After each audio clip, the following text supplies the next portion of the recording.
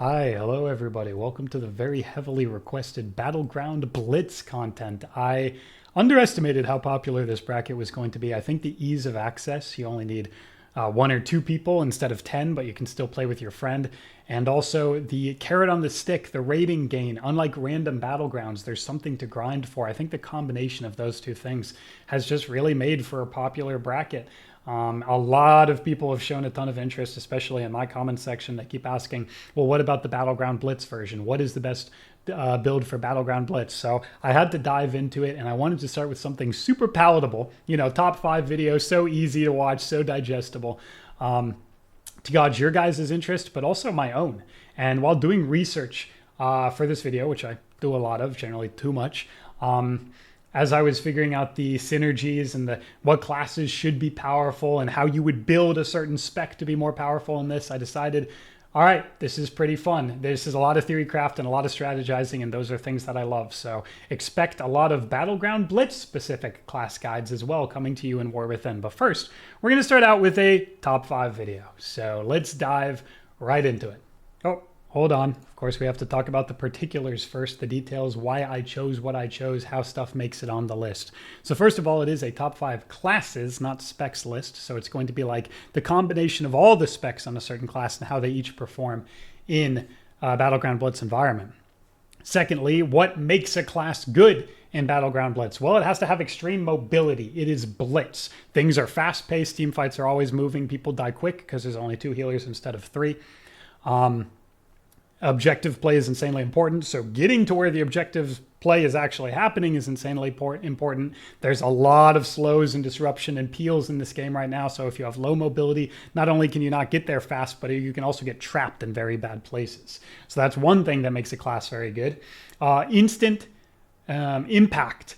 So either damage or control or both in a team fight is very important. So very good hard CC that can't break, or very good hard CC that pseudo interrupts both players, DPS players and healer players. High octane burst damage that can immediately turn the tables of a fight. Good setups that enable your teammates. That all is really important. And then of course, you know, base sitting or base assaulting, right? If you have a very good CC toolkit or a very good 1v1 toolkit, then you can keep the objectives on your team's side, right? And you can keep the points gaining in maps like Arathi Basin, right? Or Battle for Gneis. All of these things have different objectives, and generally your ability to take a base or to 1v1 somebody at your base is extremely important. And of course, there are things just like healers need to have both the mobility I talked about earlier, but just enough throughput, overall throughput to keep people alive. Since there's only 2 of you, you're going to need to be able to kind of overheal, do more healing than you're used to have to doing. So now we can dive right into the video. Okay, coming in at number 5 is the only tie of the list. I promise. I didn't make like an actual top 10 list by just grouping classes at every level. That would be ridiculous and not very useful. There is exactly one tie, and it's right here. And the 2 classes are Demon Hunter and Hunter. So now let me explain why they're tied here. First of all, we have Demon Hunter, which is like the poster child for everything I talked about. It has insane mobility. It has insane agency. Like it can immediately impact a team fight or a skirmish or a duel because it can get into its cooldown metamorphosis and leap across the map.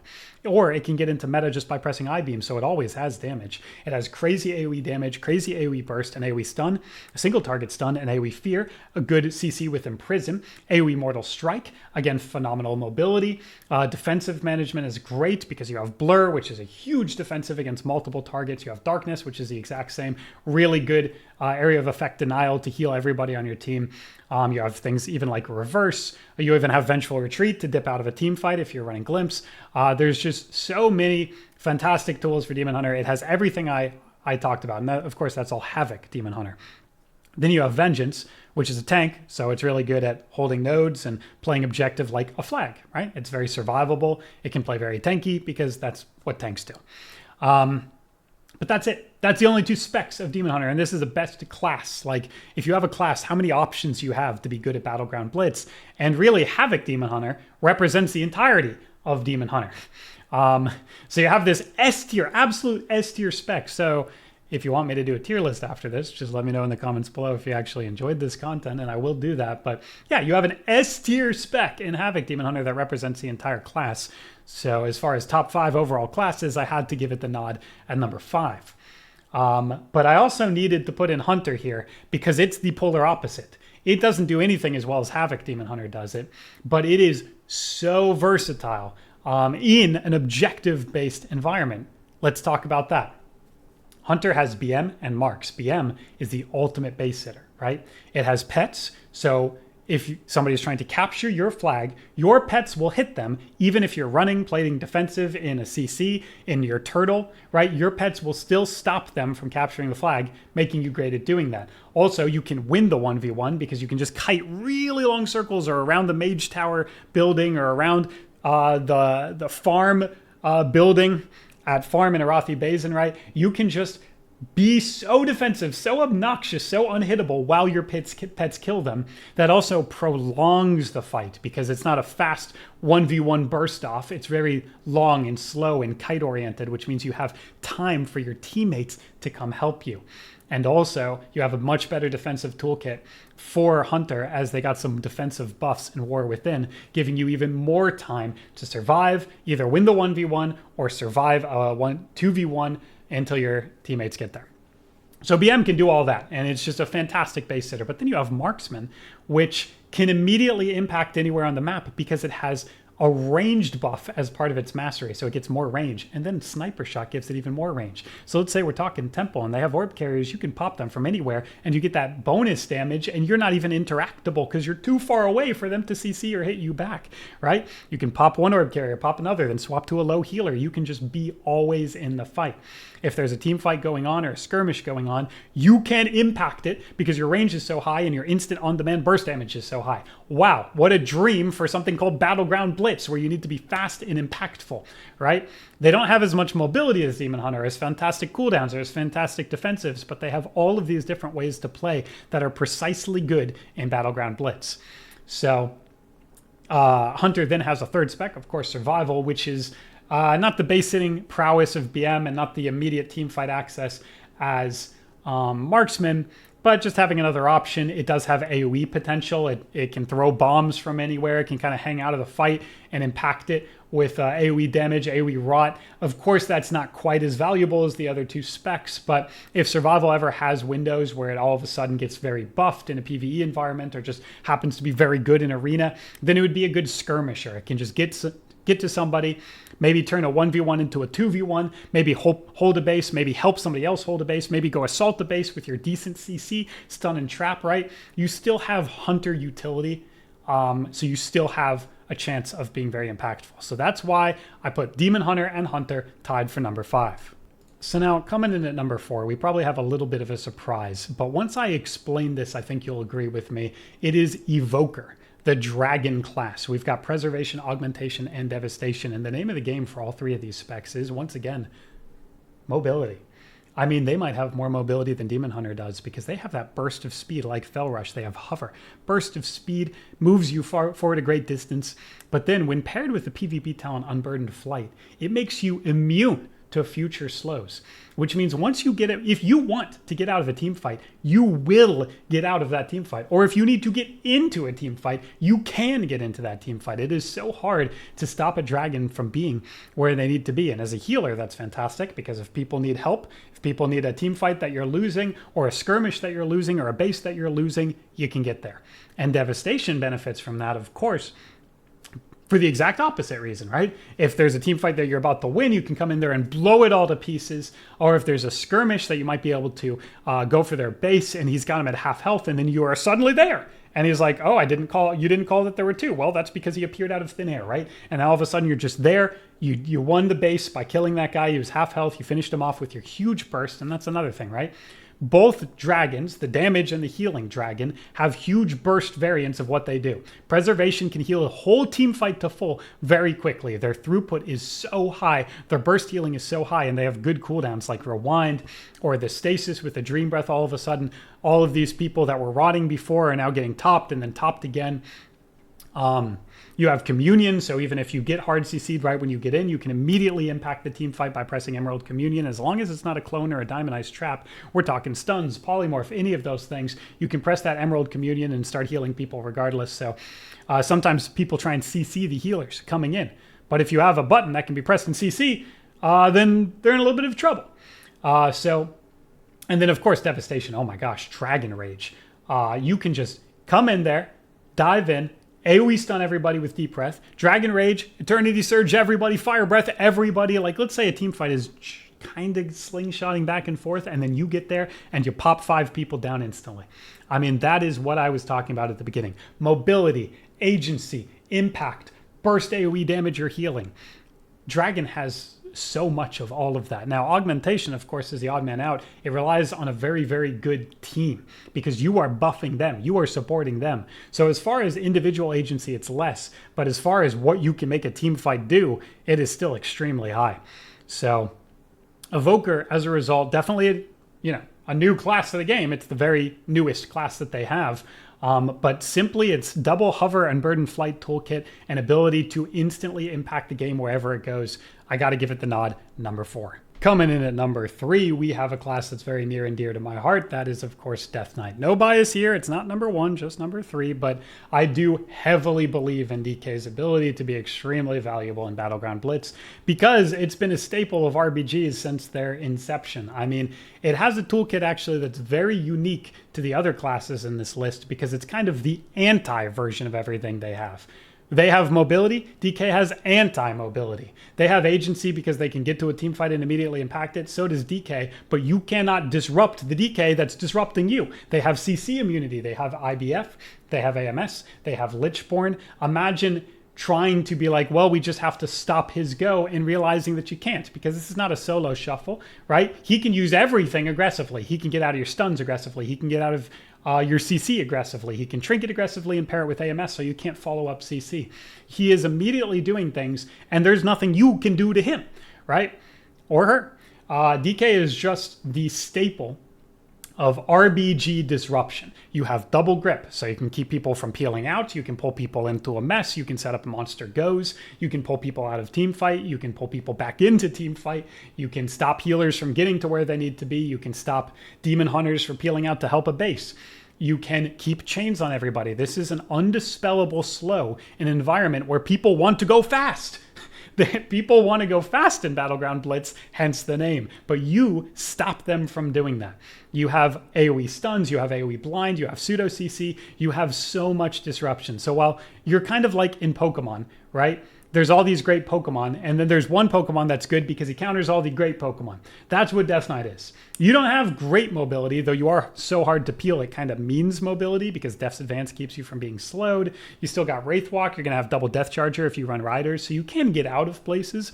But what you really have is a way of stopping everybody else from doing what they want and completely taking over team fight without people being able to really stop you because of all your immunities and CC breaks. So Death Knight, again, a staple with Death Grip and Chains of Ice, really a monstrous factor in dictating where people are and where they can get to, and that's a big part of Battleground Blitz. Plus, if you put one on Temple, you AoE stun all the orb carriers together, you could wipe an entire team fight in 5 seconds. So get ready for a lot of Battleground Blitz streams and videos coming from me on twitch.tv/Flarkness, and well, you're here on my YouTube already. So going on to the next one. You know what? Hold on. I'm not done. We talked about Frost with its AoE stuns, right? You also have Frostworm's Fury if you weren't thinking about that. You've got a stun that can lock down an entire team fight and go straight through their healers. And then you have Unholy, which has monster rot, but also monster AoE damage from D&D and Defile Cleave on a team fight. On a point, maybe on Eots and the center flag there, you can put down 2 Defiles and everybody starts rotting and people just don't have a way of dealing with the overwhelming sustained damage of DK. But of course, we have one more spec, that's Blood. And Blood is so survivable that you can maybe play this bizarre role where you can either be an FC or a base sitter, but also in a team fight, you can make it so the team fight never is fully lost. Your tankiness is so high and your disruption is so high, you can grip people away from healers, you can grip people to you and into a team fight. pile where you can now blind them and war stomp them if you're a cow, or just grip them away from your DPS, your ranged DPS that are trying to get casts off. And if they want to swap to you to be like, this guy just keeps gripping me over and over, what do I do? They can't, because you're a blood DK and you're immortal, right? So you have this tool to keep the team fight lasting forever and ever and ever, so they can never win it, especially if you're winning bases. Let's say your team is winning bases, but you're losing the team fight, but you're there at the team fight. So the team fight can never be lost, and your rogues and other CC classes are just getting bases. So you have this weird dynamic where your self-sustain and immense disruption toolkit can be used to make this immortal juggernaut of battleground disruption. And that is what Blood can do. So maybe you lose some AoE damage for sure. You lose some agency and burst, but you gain the most obnoxious and truly obnoxious CC, disruption, short cooldown grip, and they can't even swap to you when you're gripped because you're immortal. Okay, now we're moving on to the next one. All right, so I ended up spending so much time on these two classes yesterday, trying to pinpoint which place they should be in, that I ended up giving up and trying again today. And I didn't get any closer today. That's why I have the change of attire, by the way. So I'm just going to go with it and let it be known that the order of these two was insanely hard. But coming in at number 2, we have Rogue. Rogue is insane. It's obviously insane. The new change in Battleground Blitz has the cap time going from 6 seconds on a node to 4 seconds on a node. So if you're trying to get Draenei Ruins on the Eye of the Storm battleground, you only need to be capping uninterrupted for 4 seconds. And Rogue's entire CC toolkit is almost longer than 4 seconds, so they can really capture nodes in this game. A good Rogue could effectively control the entire game. But the number 1 spot on this list can also do that and has a few more tools up their sleeve. So I'm going to give a glowing recommendation for Rogue and the next one, because Rogue can do other things too.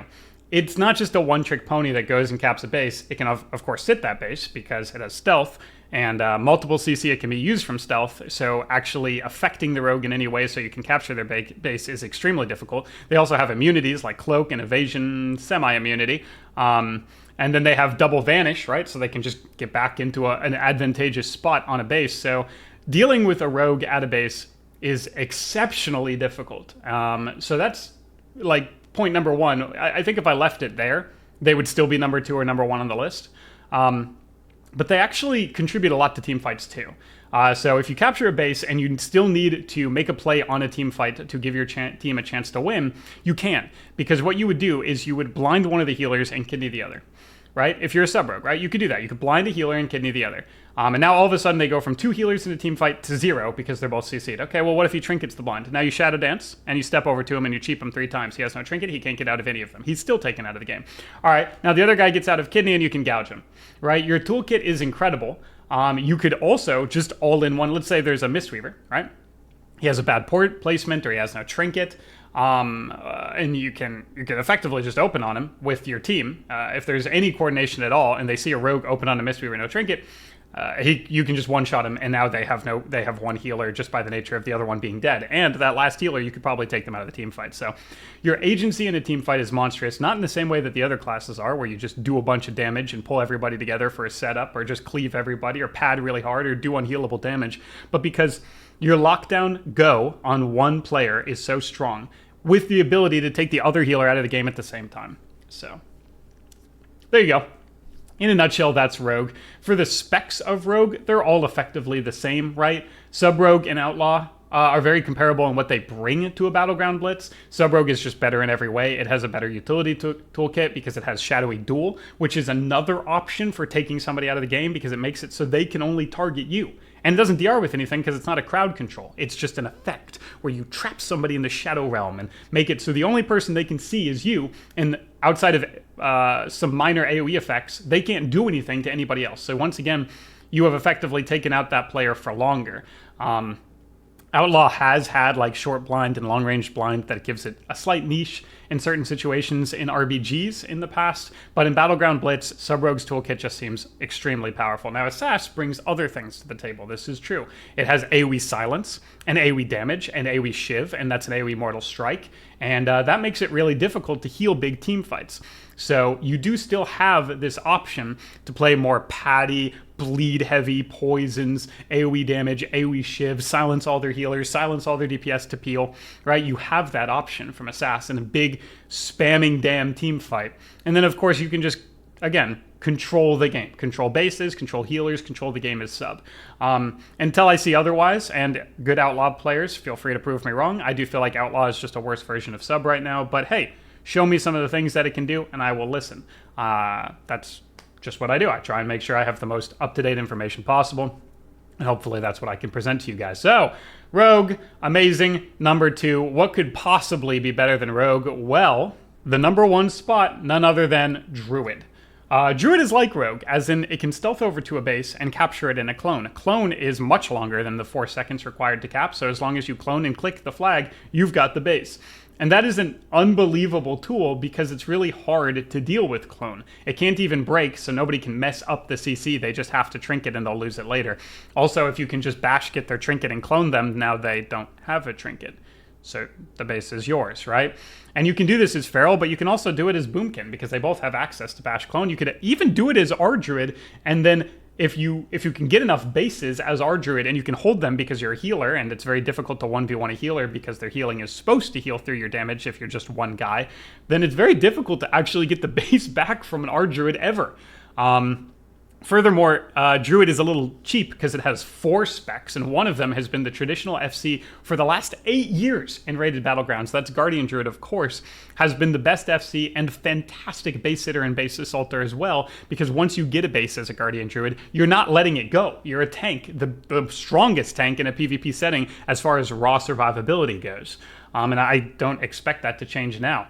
Guardian can spin a team fight. Our Druid has fantastic throughput, agency, on-demand healing. You can go into tree and top everybody at the same time. You can get there quick because you can sprint in, you can dash in, you've got mobility, you've got your travel for him. You even have stealth, so if a rogue is trying to sit out and sap healers from coming back in, that doesn't affect you because you can just stealth in there, open up with tree form, and top your whole team. You are effectively untargetable and the most agency healer in the game because of your instant casts and your throughput and your AoE healing. I mean, if you want to be a Boomkin, you can immediately interact with a team fight by cloning a healer, Starfall, massive AoE damage, Star Surge, kill target 3 times, you have instant damage, you have pad damage, you have AoE burst damage, you have knockups, you have the best CC in the game with clone because it doesn't break in a team fight. You have an AoE beam. If you beam one and then 2 people are next to him with your root, it actually gets all 3 of them. You can beam multiple people at the same time. You can lock out a healer for an enormous amount of time if you beam them while they're casting because that will interrupt them. Do I need to go on? I mean, Feral is almost Rogue. It doesn't have quite the CC toolkit, but you might not need one because of the 4-second Battleground Blitz time. Boomkin is just trounces it in teamfight in every way as far as pad damage because it's the highest pad, traditionally, the highest pad in RBG history comes from Boomkin in teamfight. That is true. If you've played RBGs for the last 8 years, you know that bringing Boomkin to teamfight equals the most pad damage you can get, and they can still on-demand damage on FCs with Star Surge, triple Star Surge from stealth. You have Incarn, which is a monster cooldown that sends a line of huge dots through people when you use it. R-Druid, again, fantastic throughput, fantastic tank healing for FC maps where you can just have every hot rolling on them at the same time, bomb instant cast heals into them, and if they need to kite and get away, you still got hots on them. So they actually heal up to full while kiting up the people behind you. They just work with everything. They do. They really do. They work with every type of mechanic. Team fights and FC healing and base assaulting and base defending. I don't know what a Druid could do wrong as a class in Battleground Blitz, and I think we'll see a lot of Druids really enjoying their time no matter what spec they play. So I had to give it the number 1 spot on this list. So, of course, I must now ask, do you agree with me? Is there a class that I have too high? Is there a class that you would absolutely have there that I didn't? Who would you knock off, though, to put that class there? You can say, like, which ones you would mix around and change around. I'm very, very curious to know. Like, I cannot stress that enough. So please put it in the comments below. There's even more to talk about with each of these classes that I didn't even get to because I didn't want this to be another 1 hour long video. I wanted it to be a little bit more concise and digestible. So maybe there will be much more Battleground Blitz talk in the future coming to this channel. So I don't generally ask for this, but if you want to subscribe, if this is the type of content that you like, there will be more coming and you'll see it right when it shows up. So thank you guys so much for watching, and I will see you in the next one.